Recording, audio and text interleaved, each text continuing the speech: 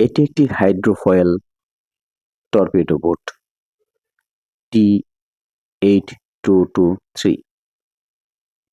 এটি 2017 সালে জনসাধারণের প্রদর্শনের জন্য অষ্টগ্রাম উপজেলায় স্থাপন করা হয়।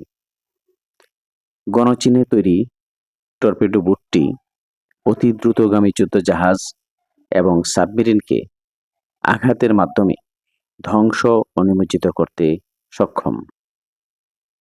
এর দৈর্ঘ্য 19.6 মিটার এবং প্রস্থ 3.6 মিটার। ঘন্টায় গতিবেগ প্রায় 95 কিলোমিটার। এর সৌন্দর্য রক্ষার্থে চতুর্দিকে বেষ্টনী দেওয়া হয়েছে।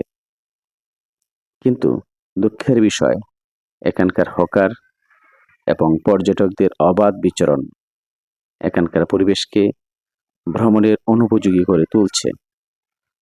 এখনই এর প্রতিকার হওয়া প্রয়োজন।